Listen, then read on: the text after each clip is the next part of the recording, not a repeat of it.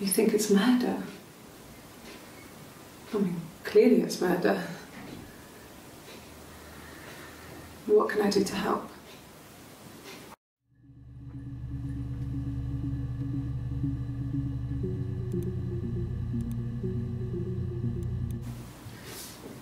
Yeah, that's me. But February, I mean, that was months ago.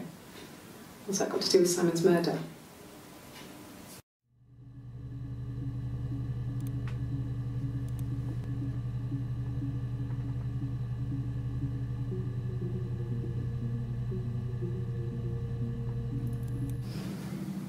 I didn't murder Simon. You've got it wrong. You've got the wrong person.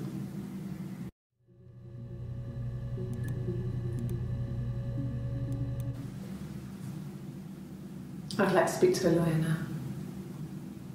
Please. You have no murder weapon. You have nothing. And all these stories we've been telling each other,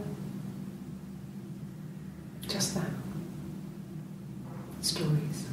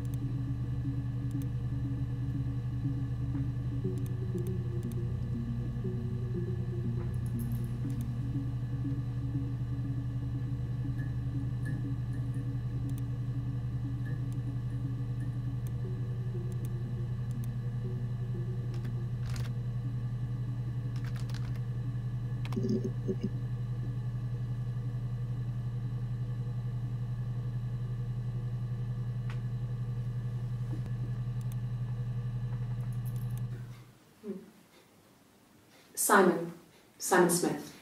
He works at Ernst Brothers Glass. They do windows, all kinds of glass. Simon does the more special work, mirror making, feature windows, artistic things, really beautiful things.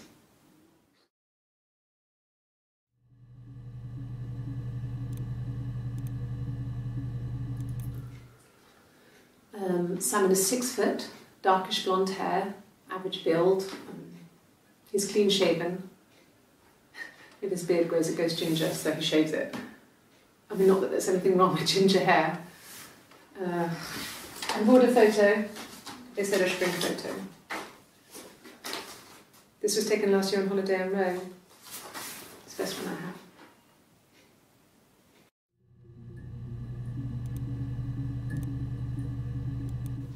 It's the Rockington Arms, the Rock. It's run by a nice couple, Peter and Susan. There's some other regulars there that Simon likes to drink with, and the barmaid they're having sometimes, Helen. Peter said Simon had been in and had a few drinks.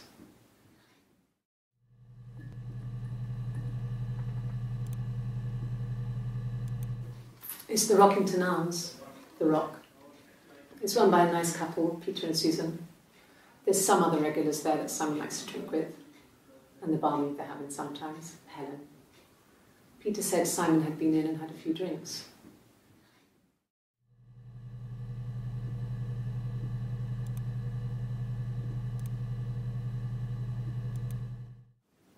Yes, there's an Amstrad one. No one uses it for very much. There's a printer so you can write letters on it. Simon sometimes plays games, you know, climb the tower, save the princess, that kind of thing.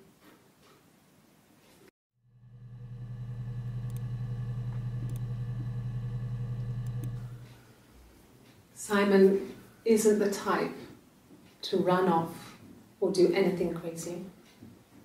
Someone must have done something to him, or there must have been some kind of accident. So what do we do next?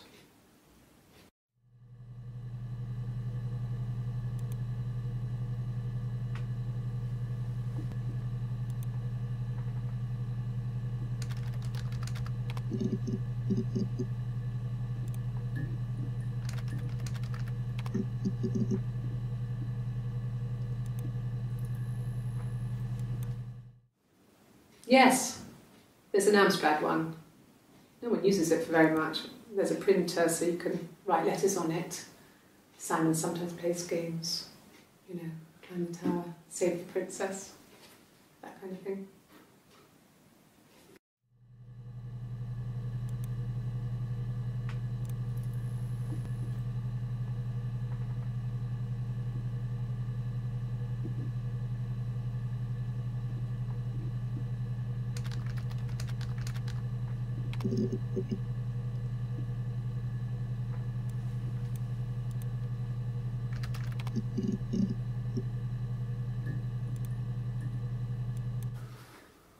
So, it was Friday evening, we had an argument, he left. On Saturday he didn't come back, I waited all day. He was supposed to go help Eric out with something on the Saturday afternoon, they had a job, he didn't show. So Eric was ringing on the phone. I checked at the Rock, that's our local. They said they'd seen him on the Friday night but not since. He still wasn't back this morning, it just isn't like him at all. Still not back by dinner time. It's getting dark again, so I decided to come and see you. His parents haven't heard anything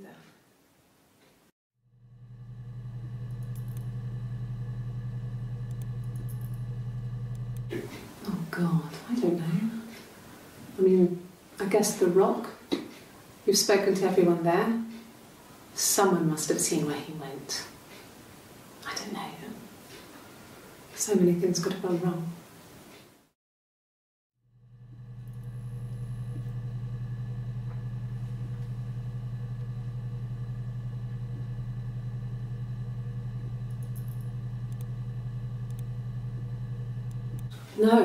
No one has been in the last few weeks.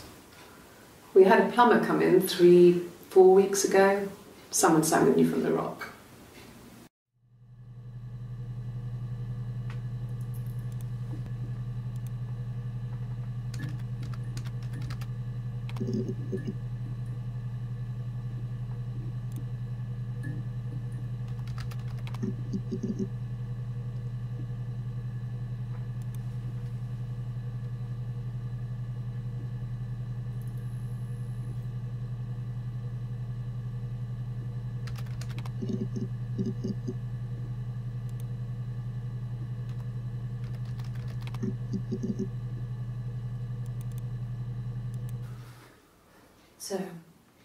It was Friday evening.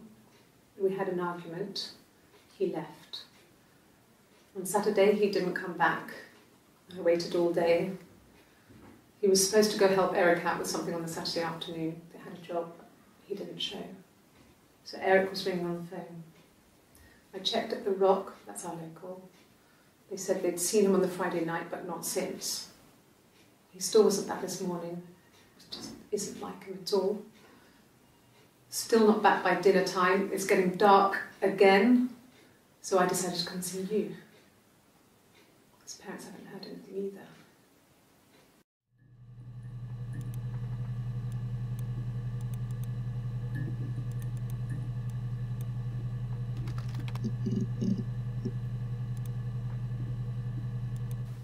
He was wearing a shirt, with a blue turtleneck shirt and jeans. He has a watch.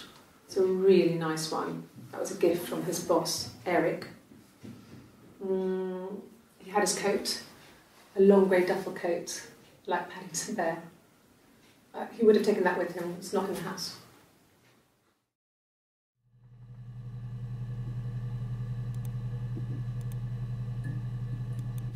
Yes, there's a car that we share, a Cavalier, and a van he uses for work. It's owned by Eric, but we look after it. Both of them are there now, parked in the street. I'm not sure about the keys for the van. I can look for you when I get back.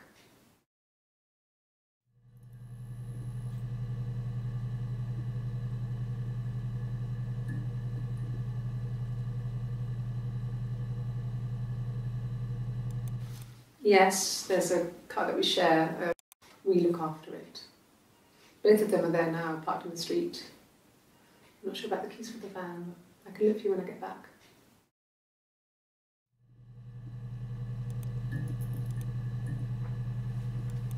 Yes, that would be in his wallet. It's a Visa, a silver one. He doesn't like to spend money he doesn't have, so he usually pays with cash, but Eric convinced him to get one.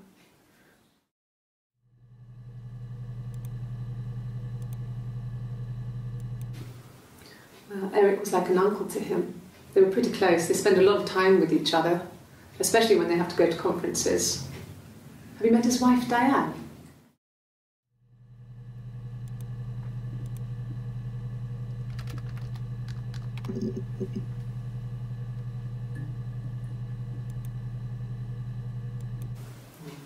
Diane is really nice. She helps out with the glaziers, organises the Christmas party, that sort of thing. They have 2 kids, really sweet kids. She used to look out for me when I worked there.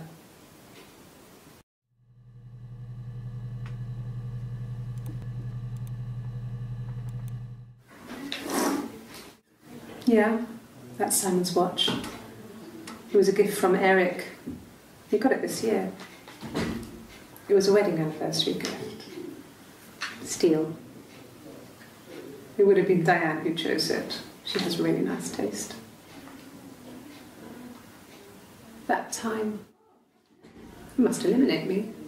I was in Glasgow then.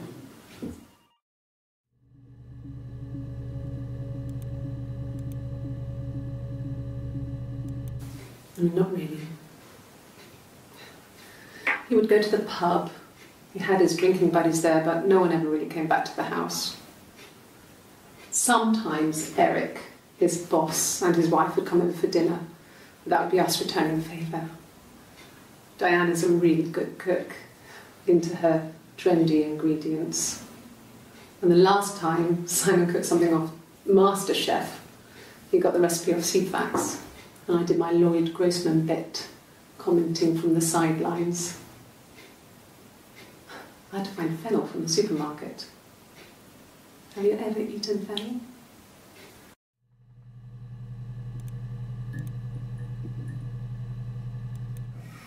Simon and Eric arguing? No, I can't imagine they'd be arguing. And they get on so well. Unless it was something to do with work. Maybe Simon was being too much of a perfectionist. But I don't know. You should ask Diane.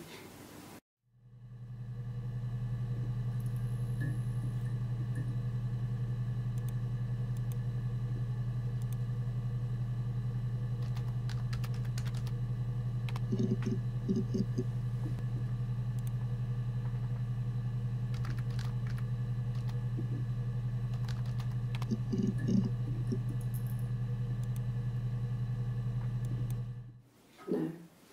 I think he spoke to Helen. She said he was upset about her argument, but I'm not sure what else he said. He likes Helen. He likes blondes.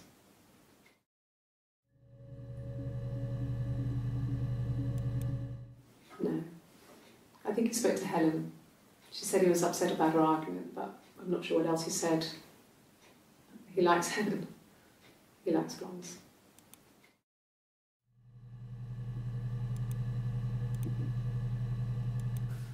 His married couple stuff. A stupid argument, nothing specific. No one knows how to push your buttons better than those you're close to.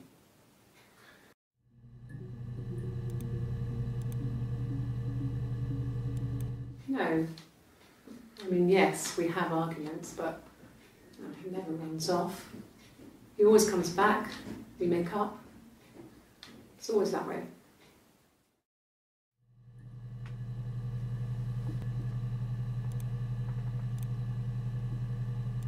Yes.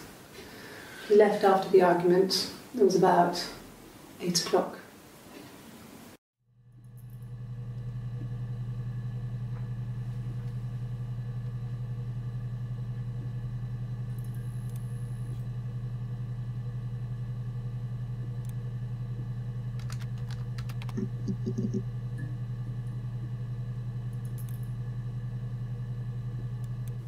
It's the Rockington Arms, the Rock. It's run by a nice couple, Peter and Susan. There's some other regulars there that Simon likes to drink with, and the barmaid they have in sometimes, Helen. Peter said Simon had been in and had a few drinks.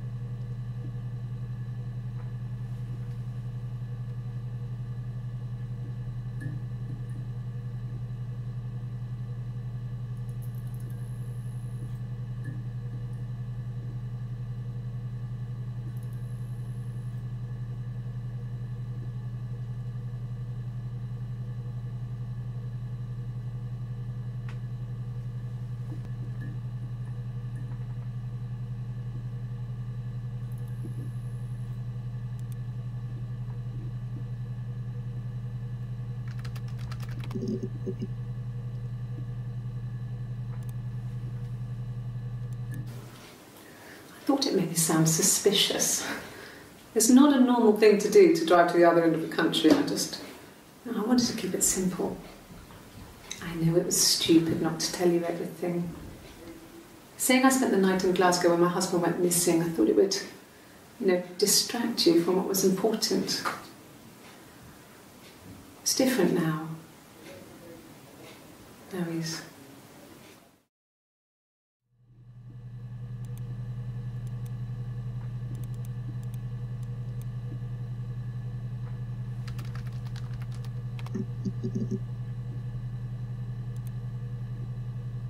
So I got in the car and I drove.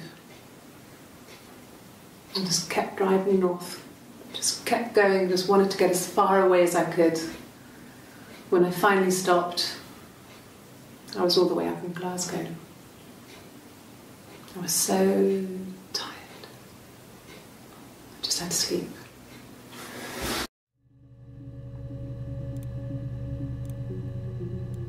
Yes. I got to Glasgow, I was exhausted, so I pulled over and slept in the car. I woke up because a rubbish truck went past. I got some petrol, bought a coffee and a pastry, Tried calling someone from a payphone and then headed back.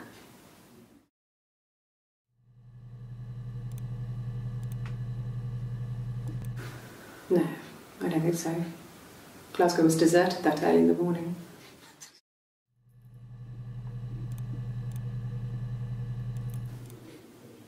When I arrived in Glasgow, I was exhausted. The streets were empty. I was driving badly. And I hit a taxi. Not a big crash, just paintwork. The guy was so pissed off because I didn't have a driving licence on me. But when I told him I was pregnant, he made sure I got to the hospital so they could check me out. It was fine. The hospital must have details when I was looked at. There's a scratch on the car.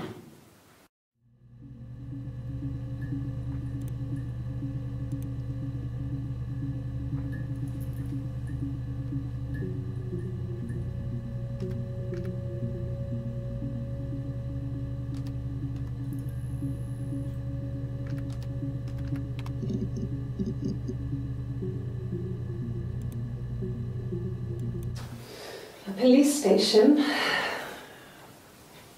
Yeah, when I was young, we ran away on my birthday. Bob Dylan was playing in London and we thought we could break into his tour bus and have him take us with him. The taxi driver we paid to drop us off, I mean we'd saved money, pinched a bit here and there to pay for the fare. He was suspicious because we were so young, so he told the police. So they came and picked us up and took me back to Portsmouth. My mum picked me up from the station. But I blamed everything on my friend Eve, so my parents let me off.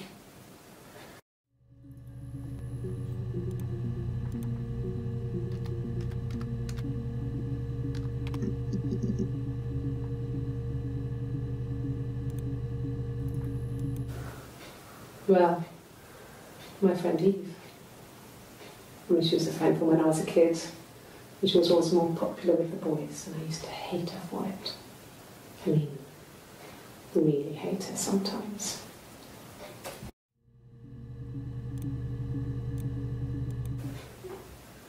Yes, we'd fight. We fought on the beach once, and I held Eve's head underwater. There was no one else around. It was at the far end of the beach, and I held her head under, and I kept it under. And for a moment, I just wanted to kill her and watch her drown. But that was it. It was just a moment. We made up after. It was a love-hate relationship.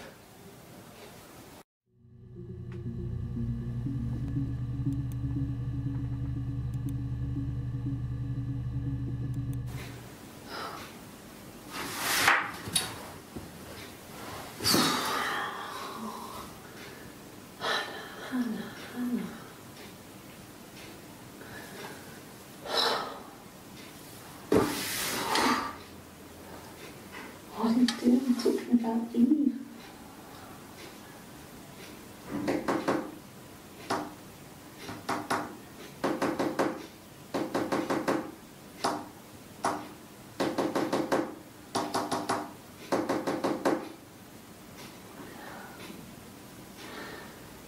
Poor Simon.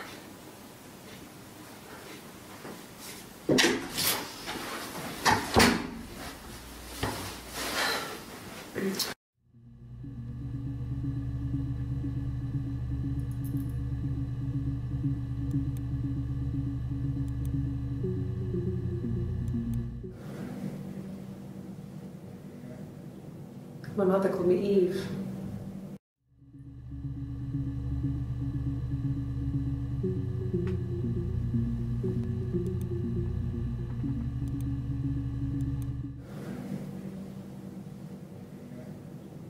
My mother called me Eve.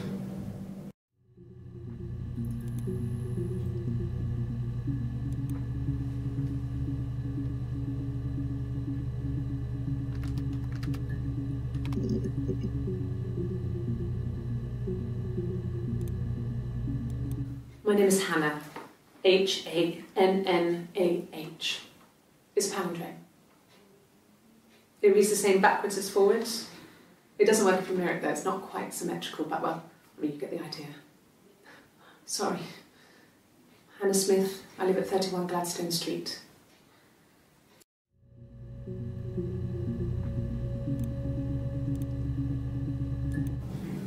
Yes, my name is Hannah Smith. Oh, shit. Sorry.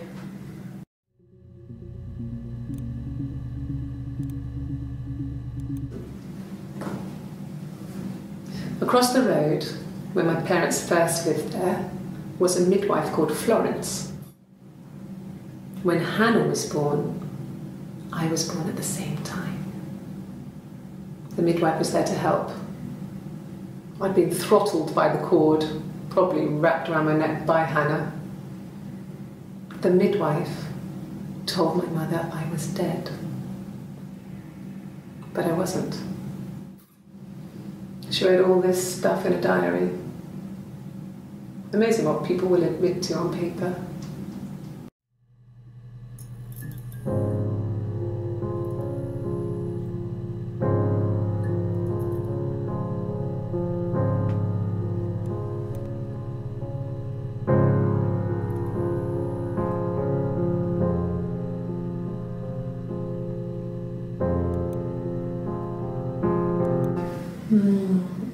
She recognised me from the window.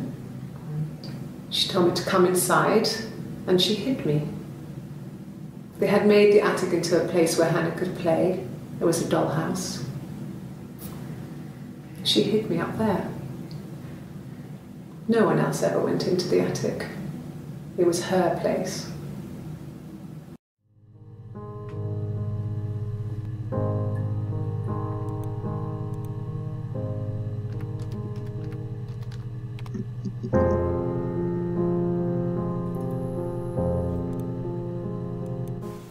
Okay. There's a girl and she's staring out of the window. She's sad. She's trapped. She's here. She's looking out the window because her mother won't let her out.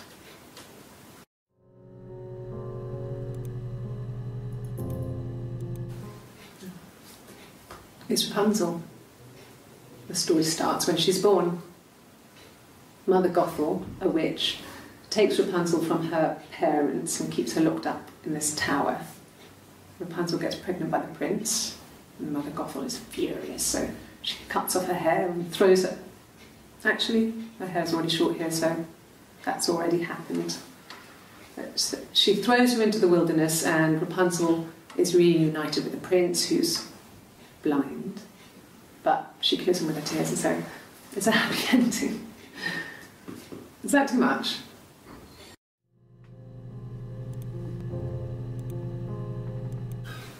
I would have been a good mother.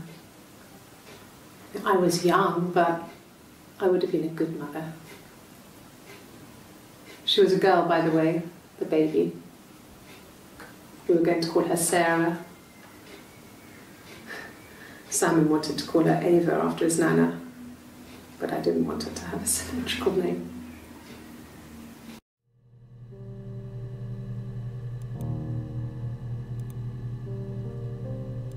Well, she wasn't my real mother, but she raised me.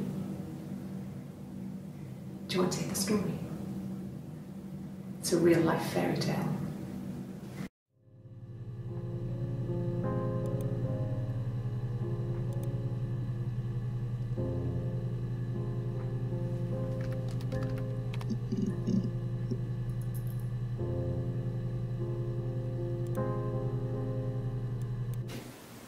Twins? Really? Are you really asking me that question?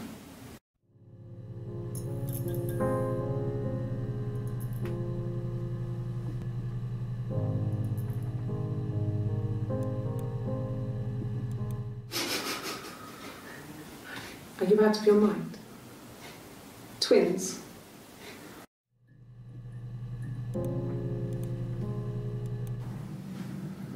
Florence took me home with her.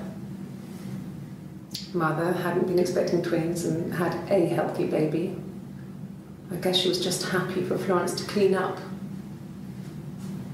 take away the evidence that this was anything but a happy occasion.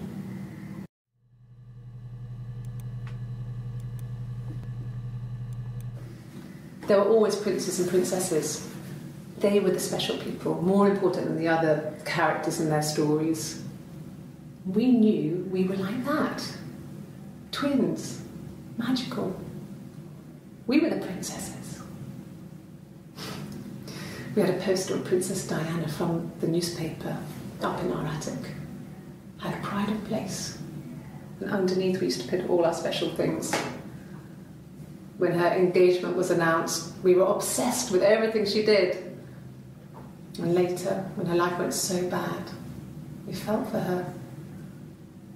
Her divorce last year just kind of drew a line under things.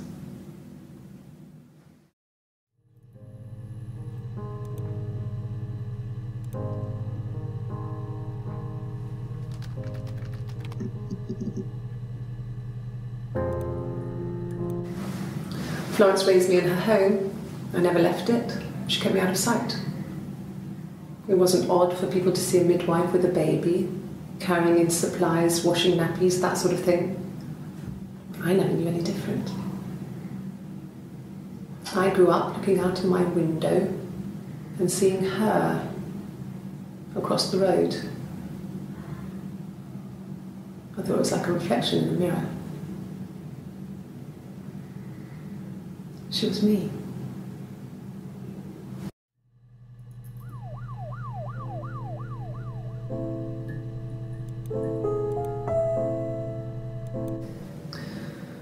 Florence was a warm, kind person, but she was broken, I guess.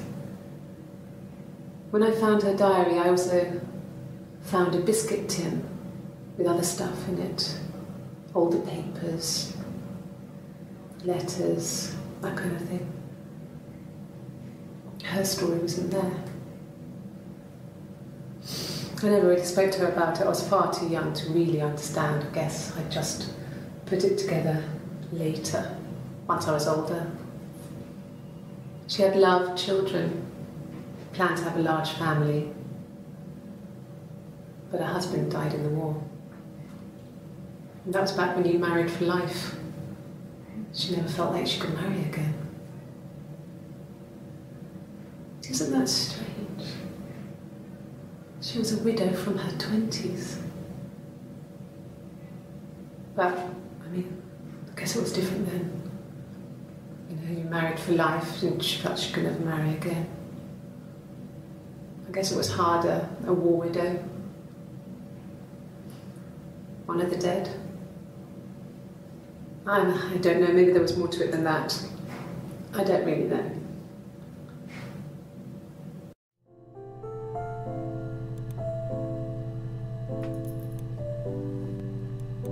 No, it was just me and her. It was the name they were going to call their first child. They talked about it and were going to try when he came back. Florence's family had a history of firstborn girls, so they were convinced it was going to be a girl. It's hard to know if this is all true. These are stories I remember, that I read when I was a child. Maybe I misread, maybe I misunderstood. Sometimes it's hard to remember what happened last week.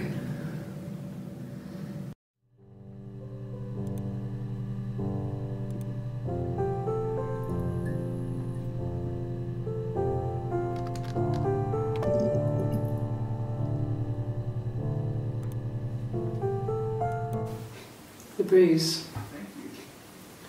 I have a really fast metabolism, so stuff like that just comes and goes. I don't know if there's much more that I can tell you that I haven't already told the other policemen. I found the body.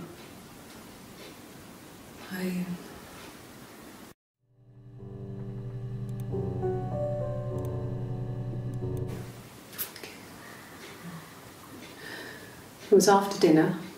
I'd spoken to Sam's parents on the phone. I looked up for an early night and I suddenly had this thought. I think it was something his mum had said. She'd been speaking about old stuff, sad stuff, about when we lived there, about the baby. There's some boxes in the cellar, nursery stuff we never needed and I never had the heart to throw out. And I suddenly remembered that when I'd looked down there the week before, those boxes, that pile was in the wrong place. I went cold all over. I went down there with the torch and went straight to the back, and that's when I saw the bin bags. Pulled them open, saw the body. I screamed, and that's when I called the police.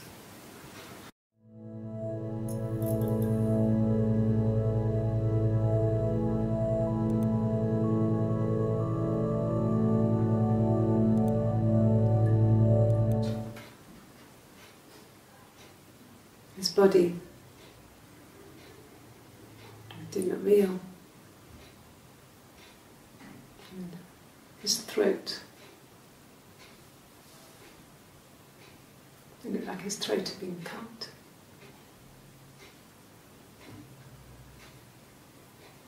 And I didn't see his glasses. He has these thick glasses.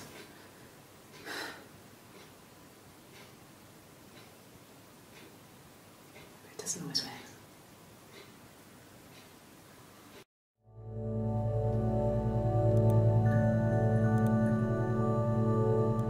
Really?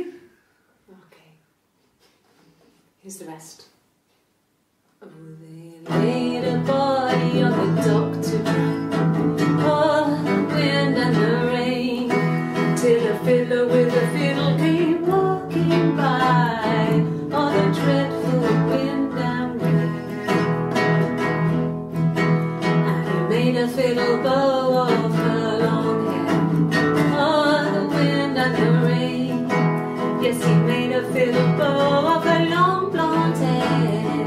Oh, the dreadful wind and rain. And he made fiddle pegs of her finger bows. Oh, the wind and the rain. Yes, he made fiddle pegs from her finger bows. Oh, the dreadful wind and rain. Made a fiddle out of her breastbone. Oh, the wind and rain. The sound could pierce a heart of stone. Oh, the dreadful wind and rain. But the only tune that the fiddle could play was oh, the wind and the rain. Yes, the only tune that the fiddle could play was oh, the dreadful wind and rain.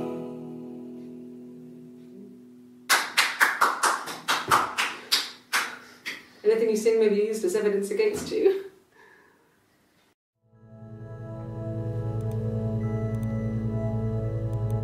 Can you imagine?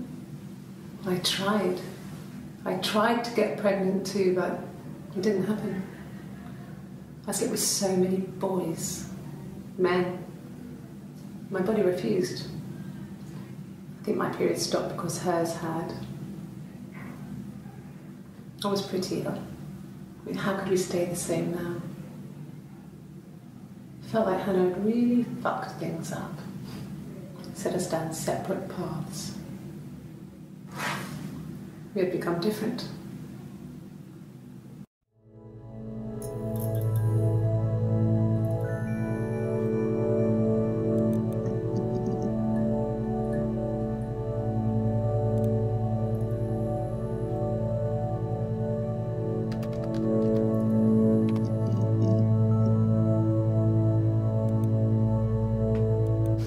We spent the wedding night in a hotel in Brighton. It would have been too much to do more. We were saving for the baby. It was wonderful to be in a hotel, away from home, just alone together. Since then, we've always tried to get away for our holiday.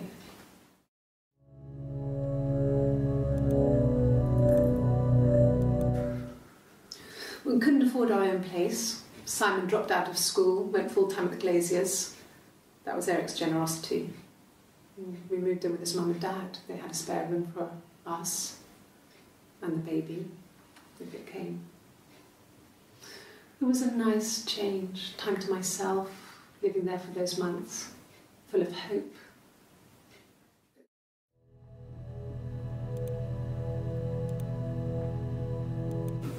No, I lost the baby.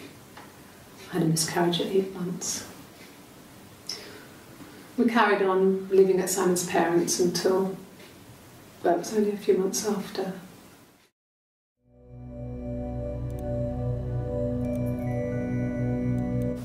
Yes.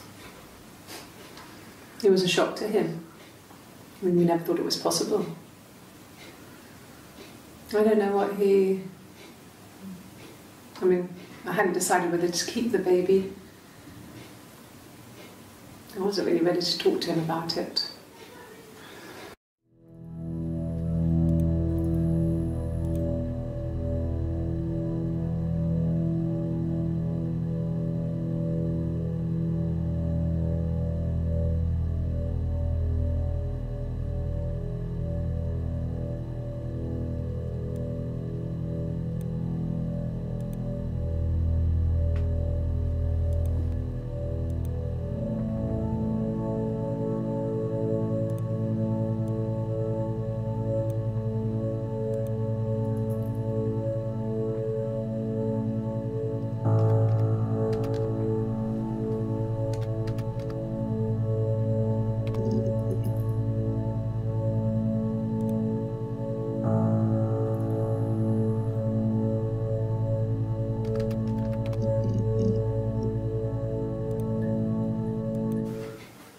I guess you could call it that, but we were both happy to get married. It was a beautiful wedding. We had our first dance to Come Back and Stay. I'm not sure if that's a good wedding song, but I loved it. I chose it. I mean, it was genuinely our first dance. We'd never danced together before. It was probably awful to watch, but I enjoyed it. It felt like it was just me and Simon for that moment. Just the two of us.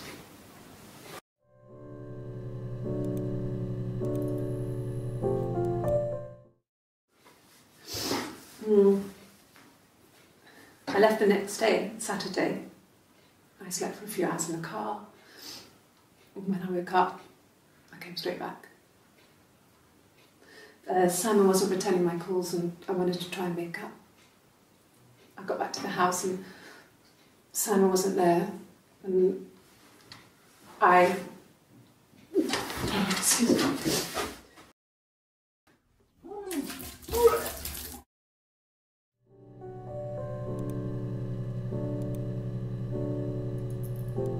She sent him out of the house, kicked him out, called me up, crying, and I went round. I guess I had a feeling I could hear something was wrong in her voice, but I wasn't sure what it was. She called me sister on the phone. She never calls me that.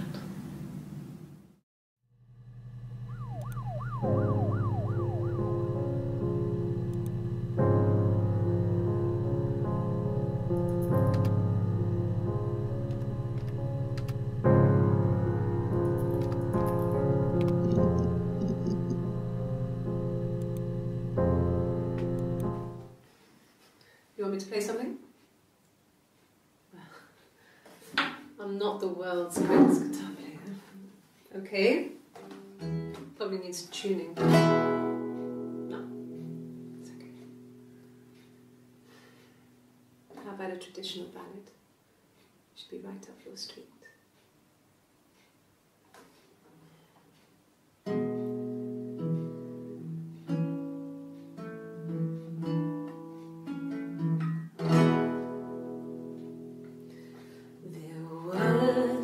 sisters came walking by the sea. Oh, the wind and the rain. The eldest one pushed the other one in. Oh, the dreadful wind and rain. See, they both had a love for the captain's son. Oh, the wind and the rain, but he only cared for the youngest one. Oh, the dreadful wind and rain. Oh, the eldest envied her sister fair. Oh, the wind and the rain, with a pretty little face and her long blonde hair. Oh, the dreadful wind and rain. So she pushed her in and held her down. Oh, the wind and the rain watched her as she slowly drowned. Oh, the dreadful wind and rain. Oh, she floated up and she floated down. Oh, the wind and the rain floated till a ship came by. Oh, the dreadful wind and rain. Out comes the captain's son. Oh, the wind and the rain. Father dear, here swims and swan. Oh, the dreadful wind and rain. And then it gets really weird, so I think that's a good place to stop.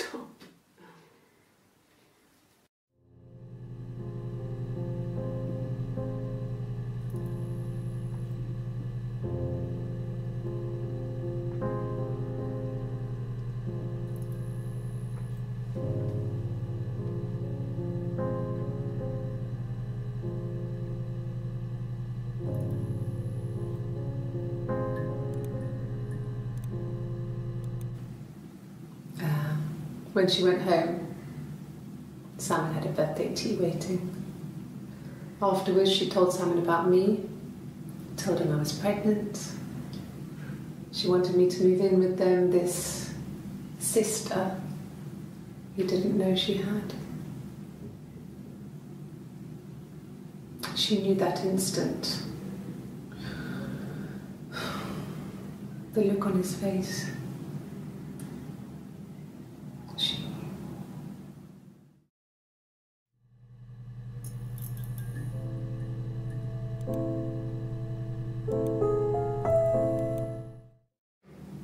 My sister is gone, and she's never coming back.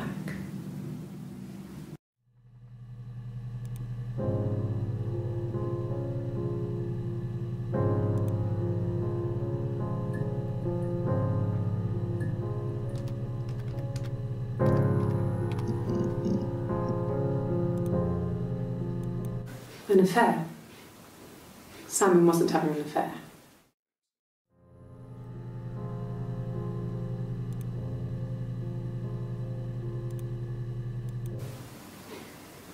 You're reaching here. Oh, I don't know why.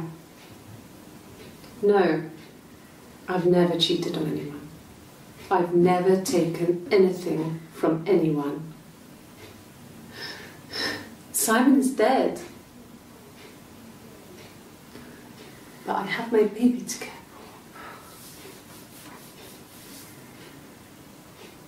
for. Why are you trying to make me sad?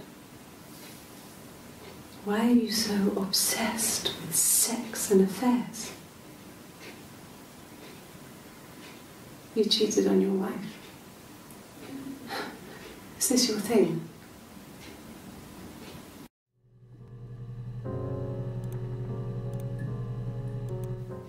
And what did your wife do? She didn't kill you. You think I killed Simon because he was having an affair? Well, I didn't kill him. I wasn't even there. I was in Glasgow worrying about whether my baby was still growing inside me. I mean, why would I kill Simon? I loved him.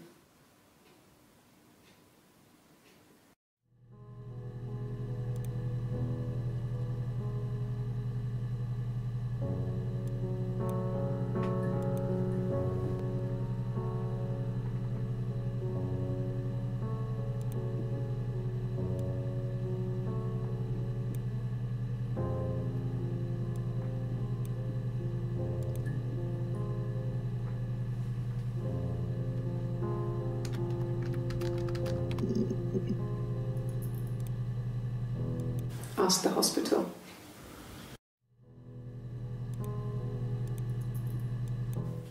I don't see how it's hard. We've established I was in Glasgow when he was killed. You've spoken with the hospital.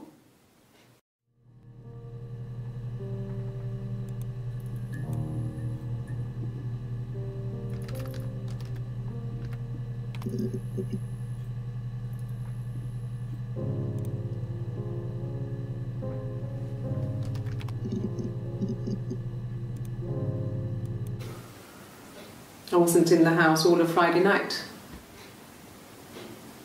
After the argument, after Simon left, I left too. I was upset and I wanted to get away. So I took the car.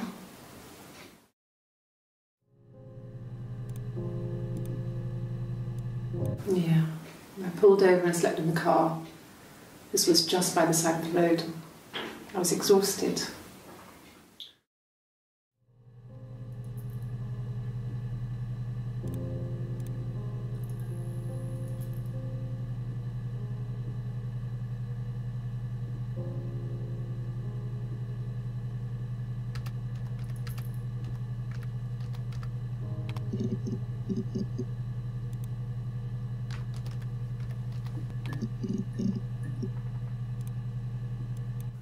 Sure, yes, of course, if that would help.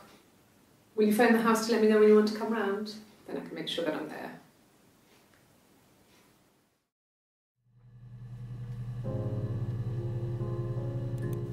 Sure, yes, of course, if that would help. Will you phone the house to let me know when you want to come round? Then I can make sure that I'm there.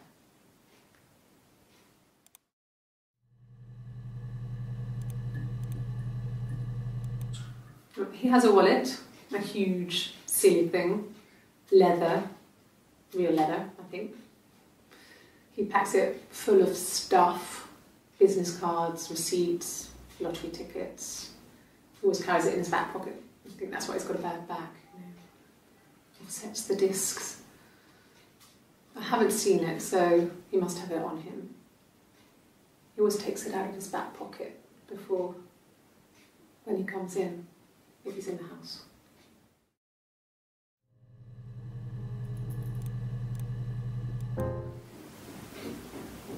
I wasn't in the house.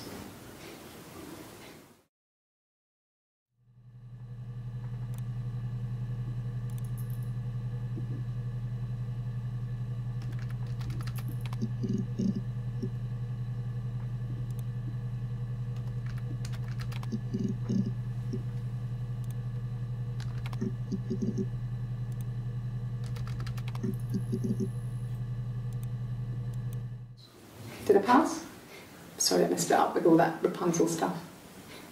Do you need me to do that card again?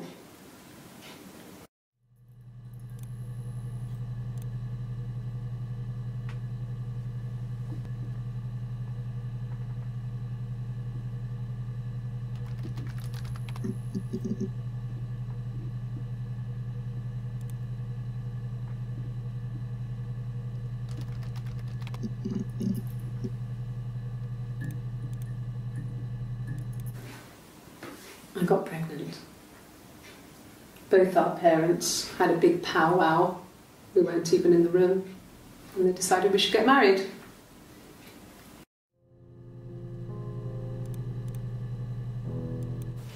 Then my parents died. It was the worst year of my life. A miscarriage and then my parents.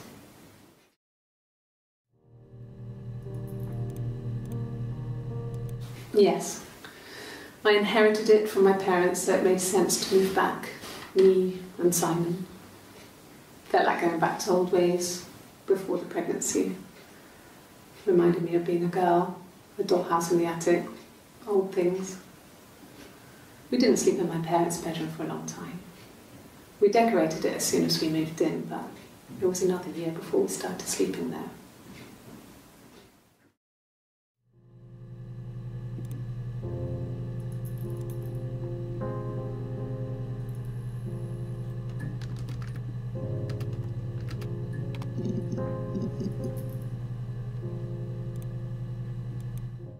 Yes. I read a lot as a child and watched lots of TV. Then the doll's house we had, we still have in the attic. It's kind of a fairy castle. We used to play up there and make up our own stories.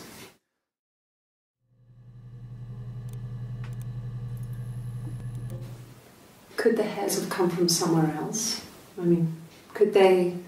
We have a lot of dolls in the attic. There's a Rapunzel doll with long blonde hair. Could they have come from there?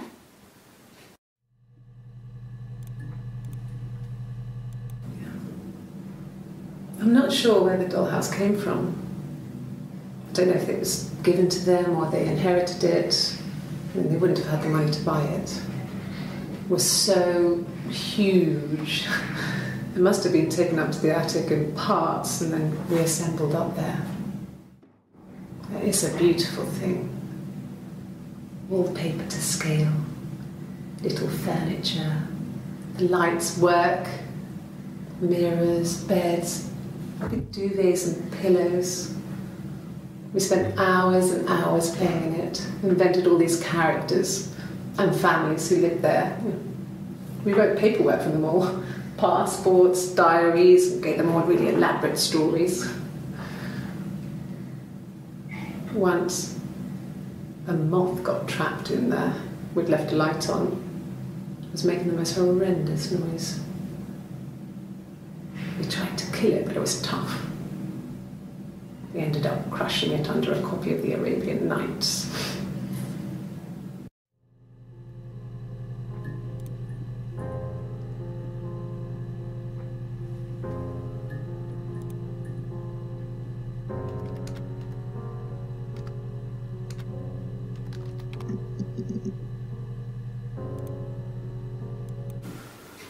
In the bedroom,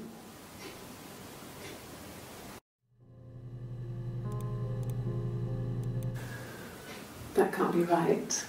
In the bedroom.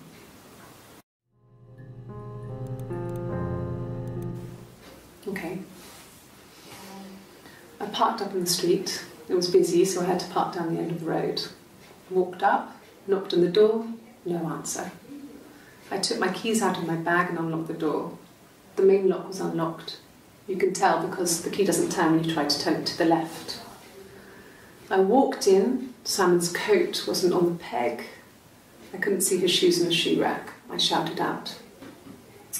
I walked straight into the kitchen because he usually sits in there to have a cup of tea and read his paper, but he wasn't there. I touched the kettle. It was cold. I looked quickly in the living room. Nothing. So I walked upstairs to the bedroom and he wasn't there. I didn't search for him because it was pretty clear he wasn't there. I had a shower.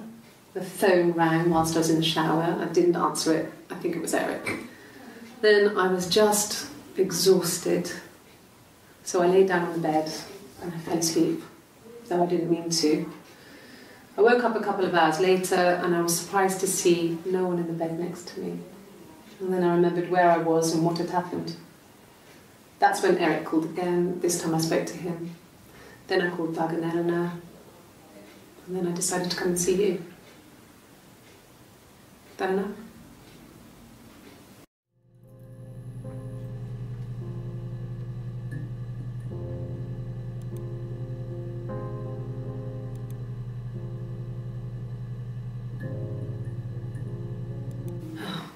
Okay.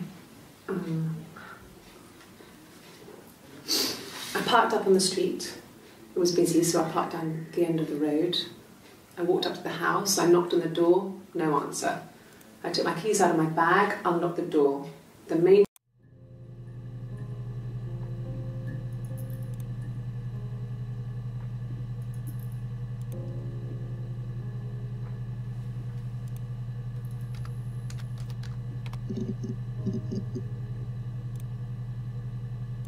Yeah. I've been round to Doug and Eleanor's and they're very worried. I feel sorry for them.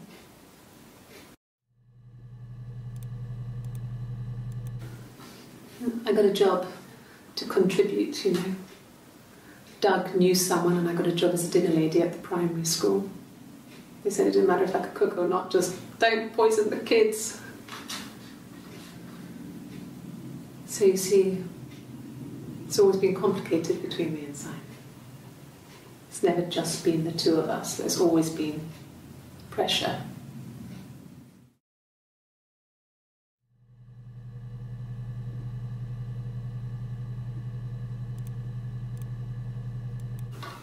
I hoover, I dust every week, maybe less. I once asked Eleanor how often I should dust, and she said, if people ask, tell them you do it once a week, but every few weeks is okay. I think she was just trying to make me feel better. I mean, when I was there, she was hoovering every day, ran an ordered house. You know how that generation is, putting on a brave front. She has secret stashes of cigarettes. Doug doesn't even know she smokes. When I was there, I saw her. She has these sort of porcelain vases, ornamental, next to the Reader's Digest books. Cigarettes inside. And she still has them. I mean, last time I was there, I looked in a vase. There was a fresh pack. I mean, all those years of marriage, and she still has a secret like that.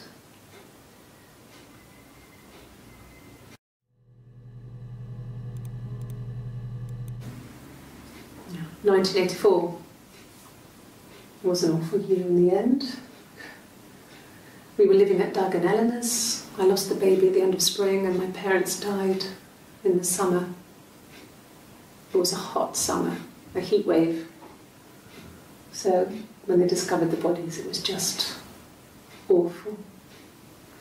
Because of the circumstances, them dying together like that, they brought in a lot of police. A forensic entomologist. I had to look that up.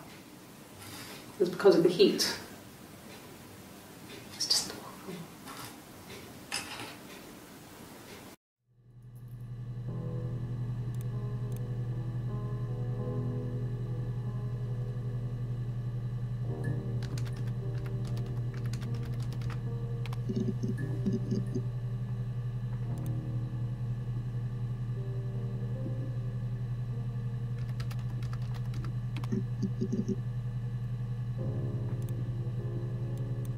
It was supposed to be a secret.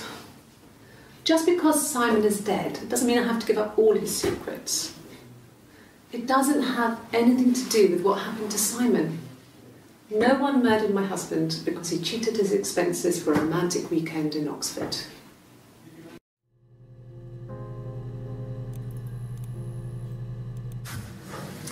When we weren't together, we'd send secret messages by tapping out a code that we'd learned from a book.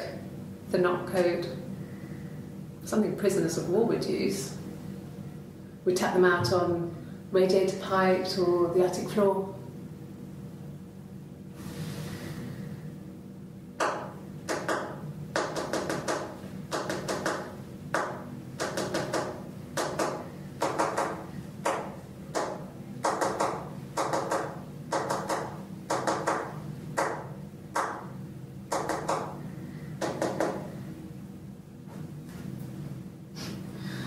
Dad thought we had mice, but they couldn't find any. Bought a cat anyway.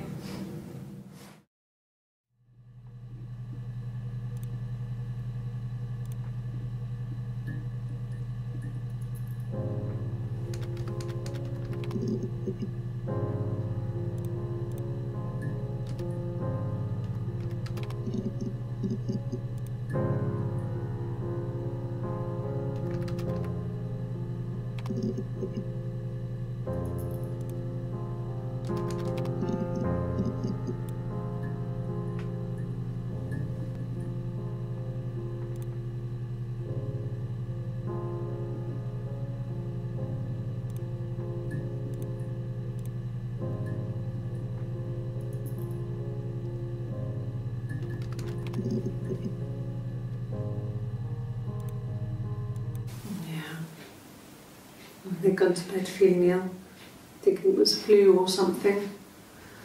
The neighbour called me, I had to use my key to let them in. We found them dead in their bed. And they'd been there for days, no one had noticed. Just awful. It was so soon after my miscarriage. The worst year of my life. I'd been so happy to get married, and after that it was just like, fuck.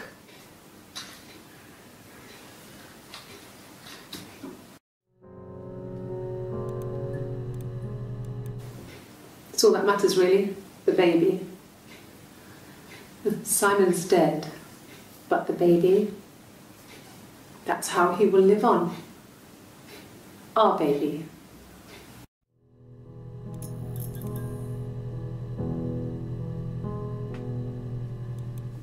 Rehearsed? You ask me the same question, you'll get the same answer. Is that your evidence? Of course I thought about what happened then. It's all I've thought about. My husband is dead.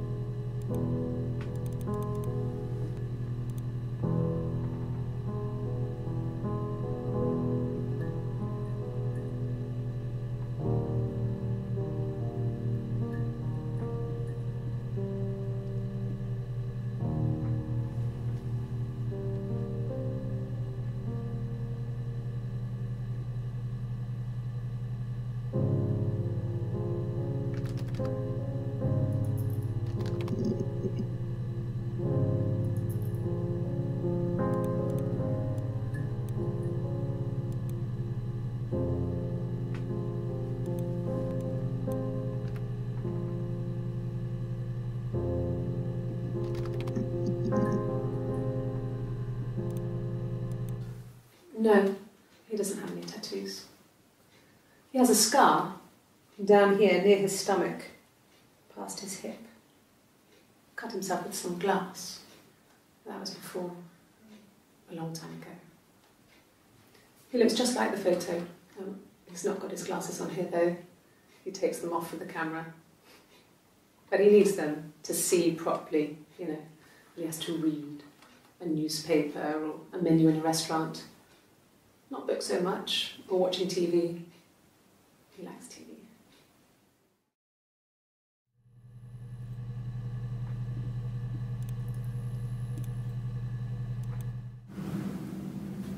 Mother wanted me to grow my hair long, but I kept cutting it myself. I wanted to look like my reflection. She always had short hair when she was little. Mother would hide the scissors, but I would find a way. Cut it with a bread knife, something like that. My reflection would always leave her house and go on adventures, but I never could. Mother taught me at home, and I had books and TV. Oh, TV was magical, but it was only on when it wanted to be, so I spent a lot of time reading books.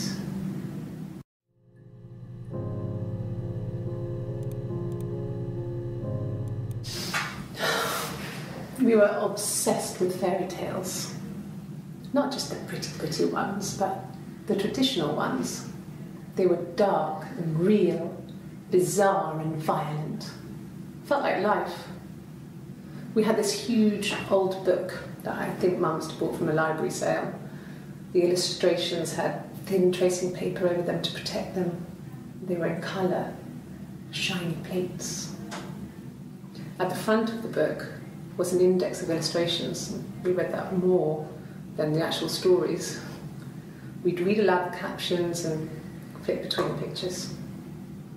There was something intimate about peeling back the tracing paper and dressing the pictures. Rapunzel's hair is cut. The eagle plucks out his heart. The princess pricks her finger.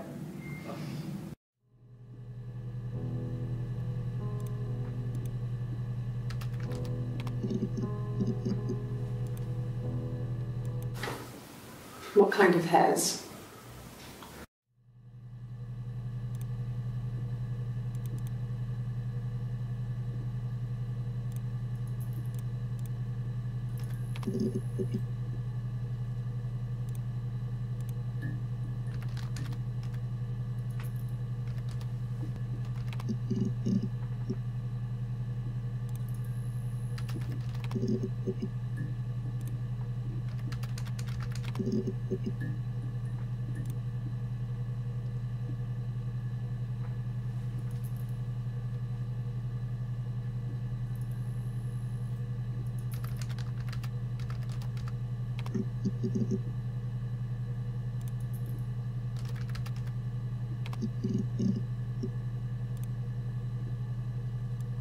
This was about 9.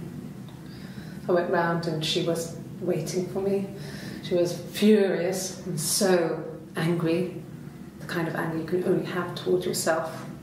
We screamed at each other, argued, cried, we fought. I hit her back, left a bruise. I had my wig on from performing and she tore it off. Eventually we grew tired of fighting and I left.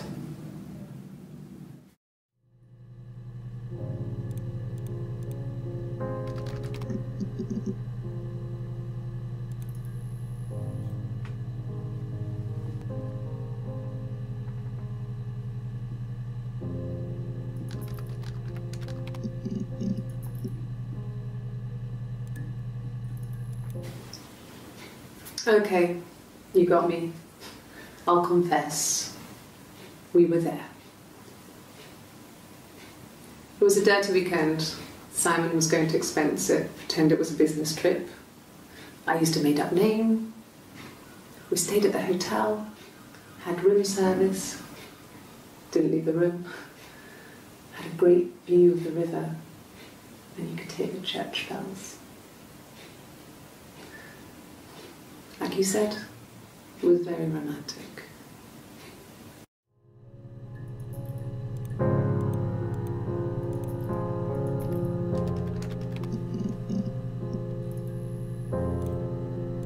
There was a conference, something to do with double glazing, in Oxford.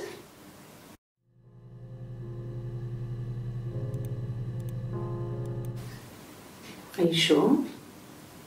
What would he be doing in Oxford if there was no conference? I remember calling him. He said it was boring and he spent most of the time at the bar.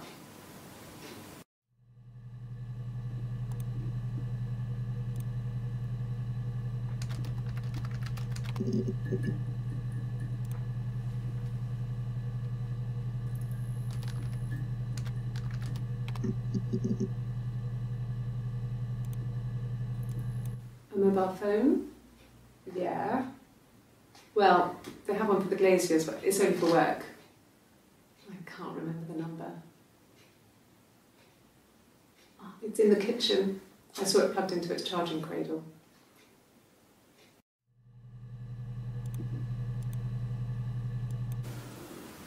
I did. Well, we met when we were 17, both working at the glaziers.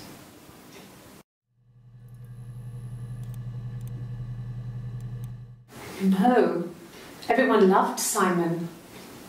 He's a glazier, he doesn't have much money. I don't know. I don't know.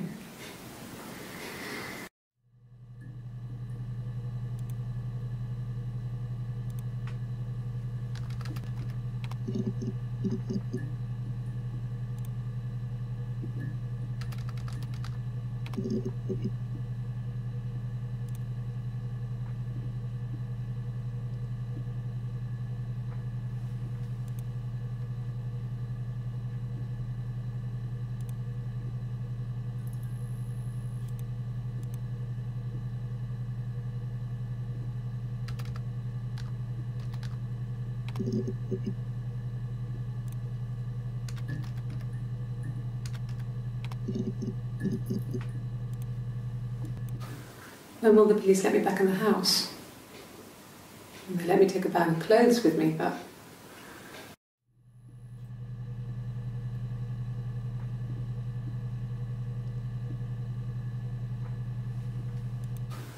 When will the police let me back in the house? They let me take a bag of clothes with me, but...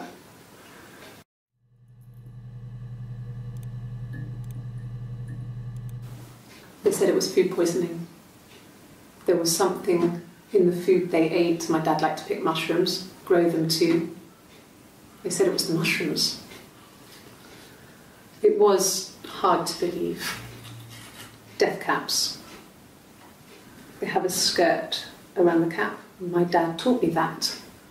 But, the police had no reason to think it was suspicious. They lived alone. And no one had any reason to hurt them.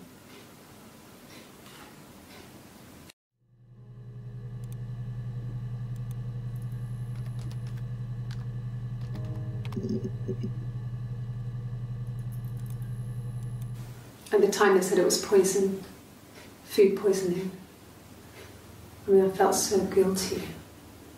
If I'd still been at home, maybe I could have done something. I don't know.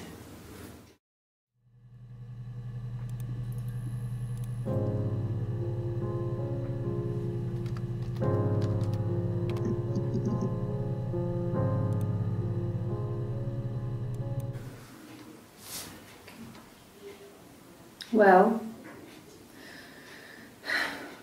she has a knife. She's been cooking, I guess. She's been cooking him his favourite meal. She's his wife. And he's asleep and she doesn't want to wake him because he's ill. That's why she's sad. Because he's ill and he might die. It's kind of a sad story, so I'm not sure how it ends.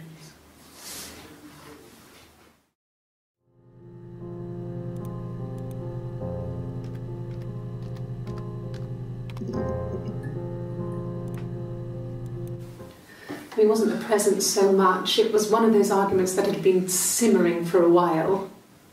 The present was a mirror, a nice mirror. He'd engraved the glass, the kind of mirror a princess would have in a story. He made it specially for me.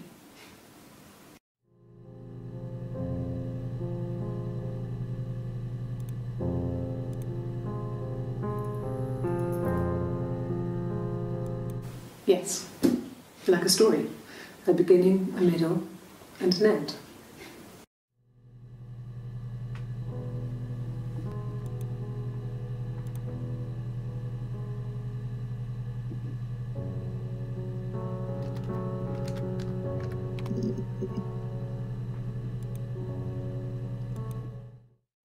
The mirror.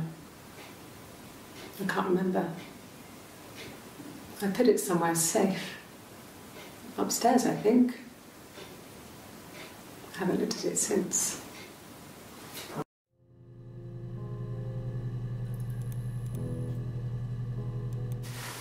Silver leaf? No. He normally silvers them properly. This mirror, it's supposed to look antique. The reflection isn't as good. It's the perfect mirror for someone who doesn't like to look at their own reflection.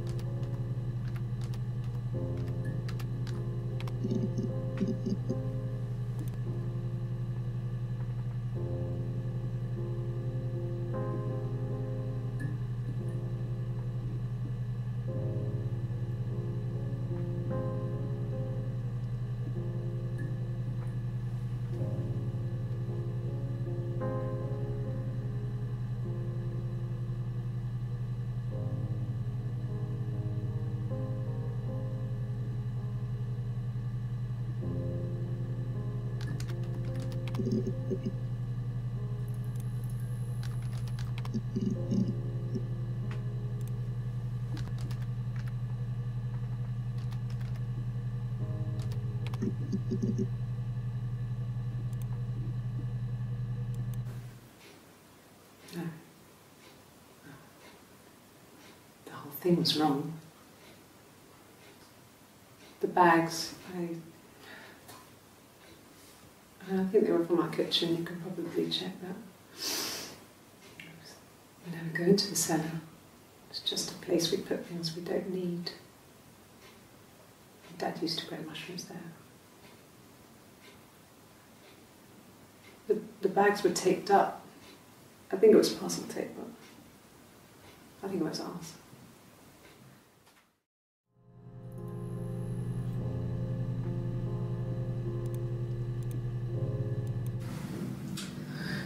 I was living in the attic.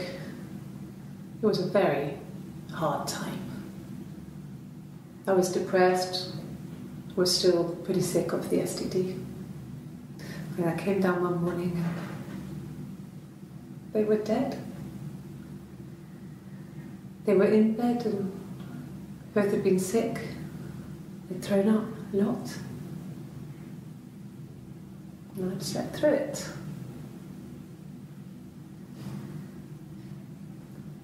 The police said it was the mushrooms they ate.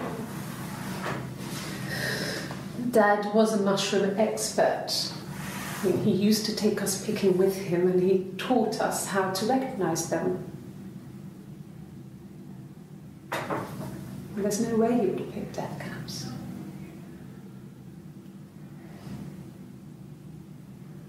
But the police believe that's what happened. They never even looked in the attic.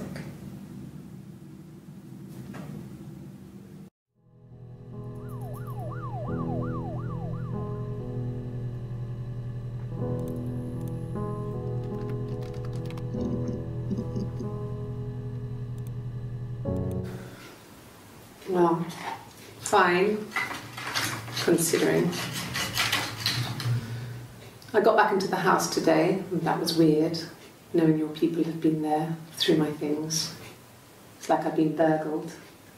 And worse, obviously. I don't know. I haven't looked in the cellar yet. They sent a cleaner in. As good as new, he said. But they had to throw some stuff out. Couldn't get the blood out.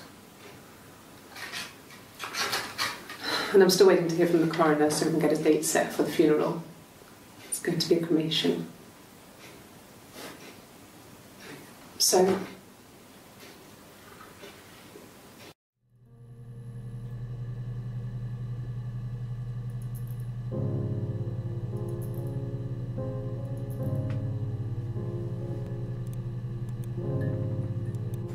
it happened very quickly. We hardly had to talk to each other. We agreed almost silently. The baby was what mattered. We'd help each other. We cleaned up. We bagged up the broken mirror, her clothes. They're gone. We took him down to the cellar. We knew we had an alibi, and we wanted the body to be found later. We wanted to have suspicion on us so we could then disprove it, rather than have it linger. Better to keep the body in the house than risk being seen with it.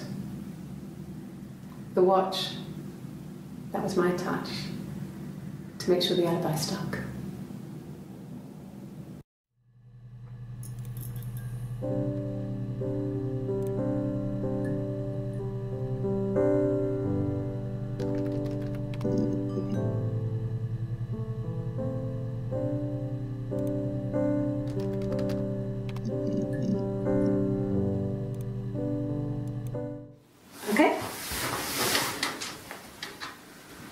I've given blood before. Do you need to take that for your records?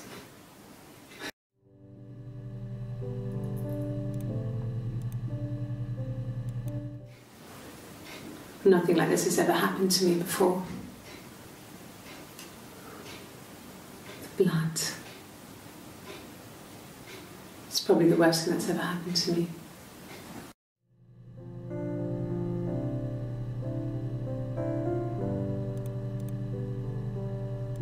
Like I said before, it was 3, something like that. I walked in, saw Simon.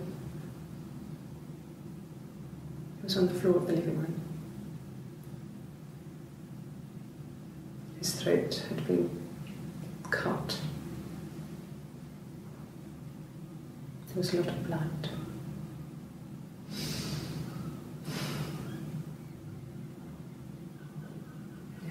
He was dead.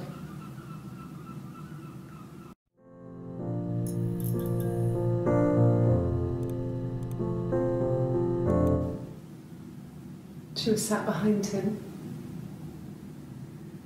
She had my wig on. And she'd been there all day.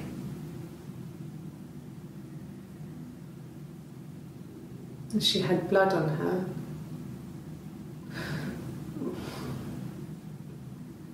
And she was in shock.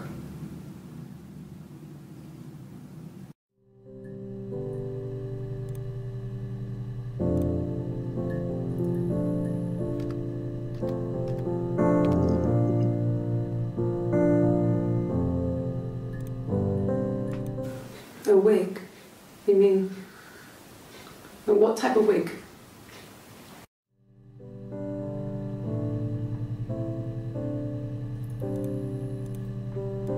No, I've never worn a wig. What kind of wig?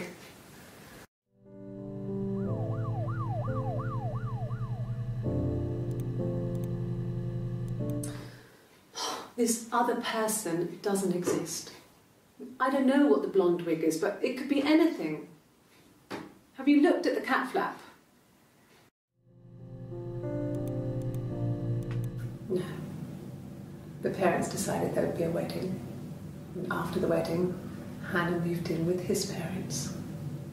There was no way I could follow. So we were separated again. I stayed in the attic. It was hard. It's like I suddenly didn't exist. I would sneak out, but in case anyone recognised me, I started wearing a wig. Hannah and I would meet up in the park. I was trying to get pregnant, but I couldn't. I mean, I couldn't do it with anyone we knew, so it was sex with strangers, drunk guys I'd met in clubs, parks and alleyways. I was 17. It felt like I was being punished. But it was Hannah who had betrayed us. I had to stop when one of the guys gave me an STD.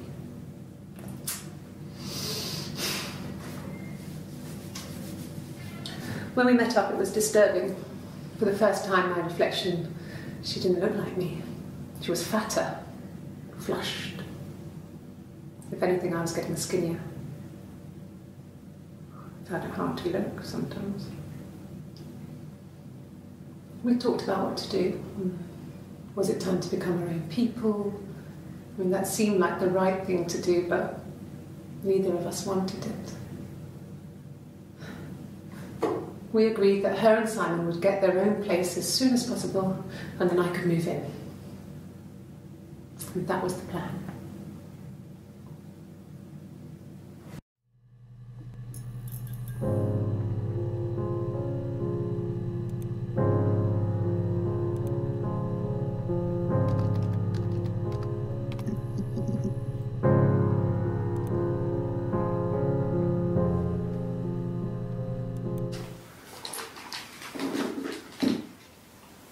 On his throat. How?